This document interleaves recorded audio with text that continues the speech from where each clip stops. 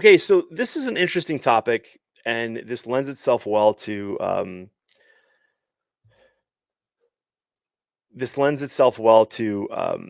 the kind of some of the other conversations we've had tonight. But the idea is like, okay, should your goalie be in the net for drills or out of the net for drills? And what I'm meaning there's like shooting drills. All right, so let's say your team is practicing, one-on-ones and every shot's from inside 5 yards, and, my girls are used to that, but my guys, like, sometimes are like, I'm getting beat up, I'm target practice," and maybe you're getting hit. Even for some of my college goalies, right? They're like, they're getting pegged. I had a goalie last year where it just seemed like every practice that she was getting hit in the head, and I'm like, "This team, like, sucks offensively if that's the case, if they're hitting their own goalie in the head in practice." It's like, "Come on." Um, but the idea is so the question is like, well, should you be in the cage or not for those drills? And my my question is always, well, like, well, what kind of shots do you face on game day, right? Because odds are you're probably facing a fair amount of shots from in close or one and O's, and the question is always like, well, how do I stop those? Well, how much are you practicing them? And sometimes when you think about it, goalies will go like, "Well, I'm not really practicing them much at all because I step out for those drills, or my coach has me step out for those drills, or I get beat up in those drills in practice, and I can't, I just can't, I can't deal, can't survive." Well, my question is like, "Well, why can't you survive?" And usually it comes down to protection, right? It comes down to like, are you padded up? Do you have a guardian cap on, are you using a Lexi shield? Do you have shoulder pads on? Are your upper arms protected? Like, are you wearing a cup? Like, what is it? Because it's really, every shot on a cage is an opportunity for a goalie to learn. That's just a fact, right? Any shot on a cage, like right now, somewhere in this world, there's a player shooting on a net and there's no goalie in that net. So the shooter isn't really getting as good an experience shooting as they could. And somewhere there's a goalie not reaping the benefit of that shot. Now, if that shot is something that you face on a daily basis, like, so this is why I tell people to use my scorecards all the time, right? So go to lacrossegoalieuniversity.com, download the score, just get on my newsletter, you'll get the scorecards, but there's a link, I think, in the top menu bar form. um, but the idea is i- if practice doesn't represent what you're seeing on game day, that's one thing. Okay. So, but usually it's the other way around. It's usually like, coaches are shooting on you from outside 12 yards, time and room. And on game day, 80% of your shots are like inside 5 yards. Well, when those drills are run and you're getting shot on inside 5 yards, well, what are you doing? Right? Where are you? Are you stepping out because you're going to get beat up? But then come game day, did you really put in enough practice time to save that same shot on game day? Well, the answer is no. So you really have to wonder, like, you really have to ask, like, well, what can we do about it? So yes, you can ask a team to use tennis balls. You can have coaches put down, sticks or cones or lines or shoes or sweatshirts and say, okay, nobody shoots beyond this line. But come game day, if you are facing a lot of those shots, then you should be practicing them. Now, one thing I l- you know, I laugh a little bit when I hear it, but I don't agree with it fully, but I understand it completely. It's this idea that on game day, you're full of adrenaline, so shots don't hurt as much. Well, to be a pro, okay, to be a pro is when you compete at an elite level when you don't have that adrenaline in you, right? Because look at any professional athlete.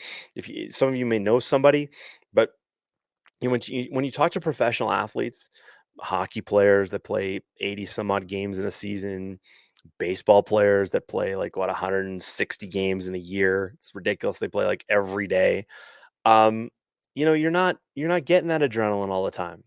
You're not getting that adrenaline all the time. And a lot of those athletes will tell you it's amazing to actually get into a state where you're working. Like you're not you're not relying on these peaks. You're showing up, and I call it punching the clock, right? You're just doing your thing. And lacrosse goalies got to learn how to punch the clock, right? Because if you don't, then what ends up happening is that you're missing out on opportunities to get better.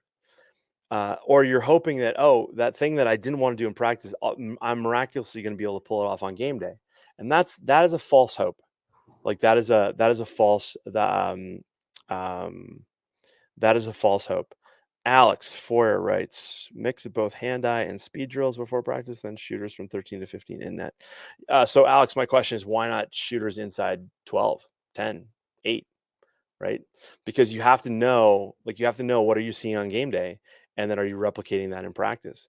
So one of the clips here that I didn't show you this. I'll go back to my Shriver clip, and let me just come back here because there's a clip of John Galloway.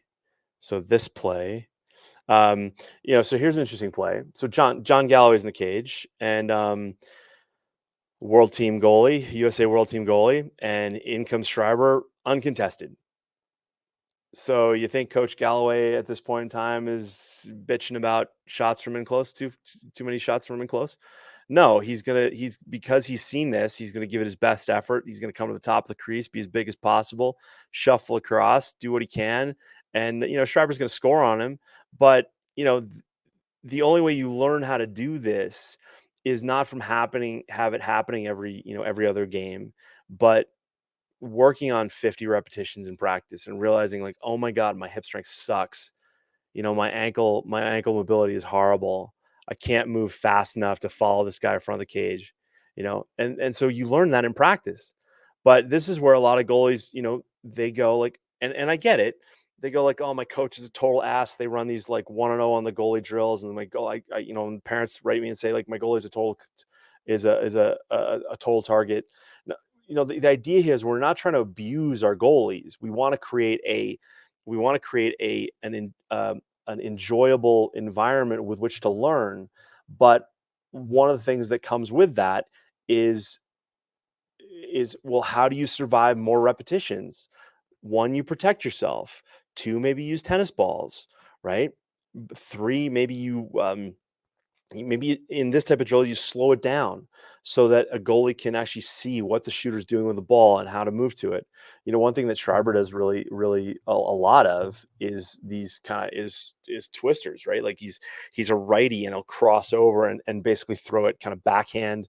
And that's hard to defend, right? He actually does it on that play with John Galloway, but it's kind of funny because um, uh, that's probably not the that's his stick side, which is kind of weird. But anyway, Paul writes, shots always hurt. It's how quickly you can recover mentally. Paul, I'm going to take it one step further. It's not mental. Okay. It's not just mental. It is physical. Okay. Because the problem is that asking a goalie to recover mentally all the time. Now I'm with you, right? Like there's a level of, you got to suck it up, right? Like I'm all for that. But one thing that I understand is that it's a bit of a gas tank, right? It's a bit of a gas tank. And so that gas tank gets depleted. And the best way to keep that gas tank topped up is to have the goalie protected. All right. So yes, we can use tennis balls, we can do all that, and the goalie should be in the cage, right? So I'm all for that. But there are coaches, and I know, Paul, you totally agree with this, but there's coaches out there that push that too much, right? Like, and I've seen this at the D1 level, D1 college level, right? So this is where I did an article on YouTube a couple of years ago now, and I talked about the discussion about mental and physical abuse of coaches.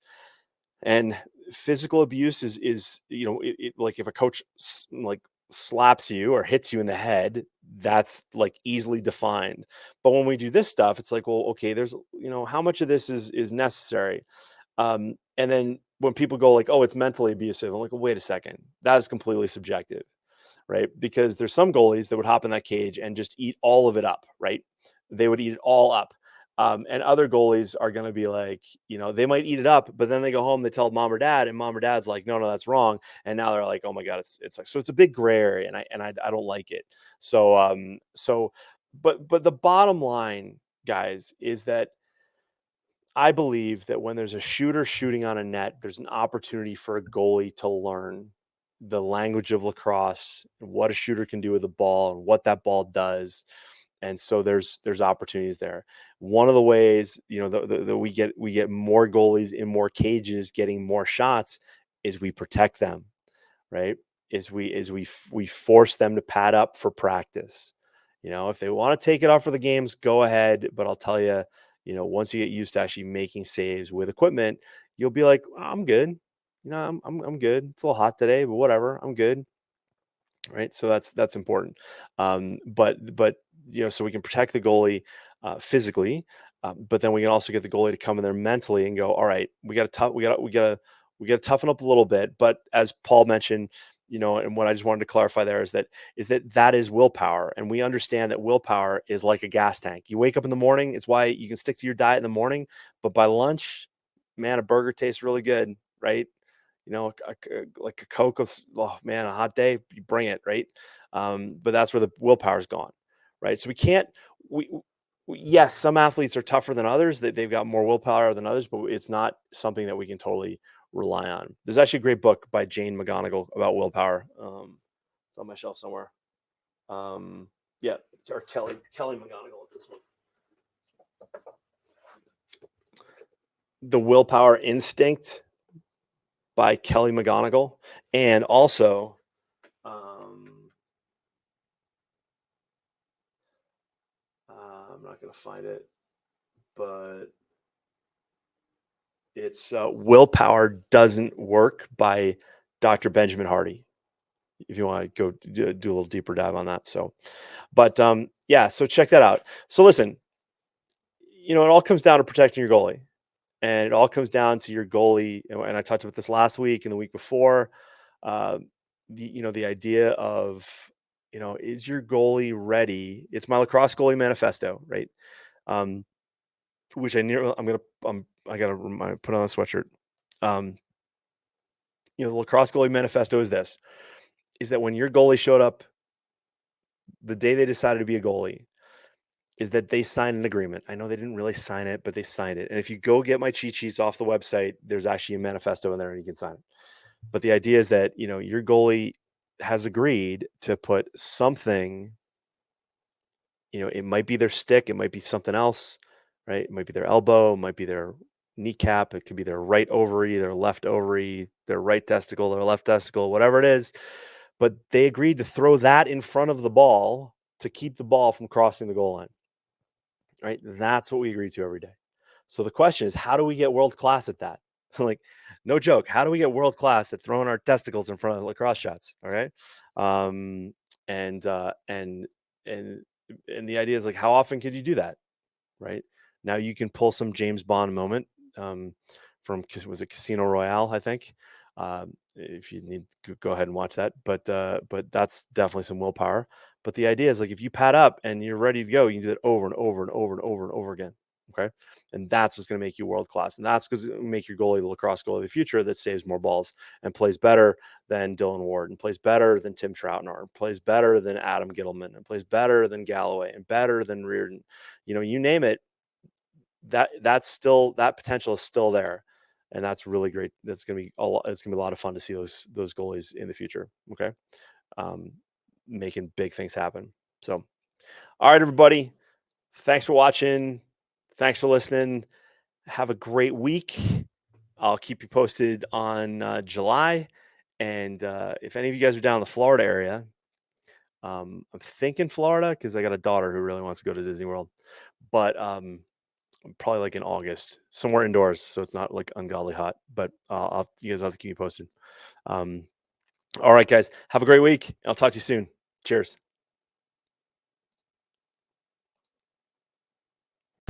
All right, guys, thanks for watching, and thanks for listening wherever you are. Do me a favor, hit the like button if you like this, and be sure to subscribe if you haven't already. When you're ready, head on over to lacrossegoalieuniversity.com/coaching so I can work with you and your goalie.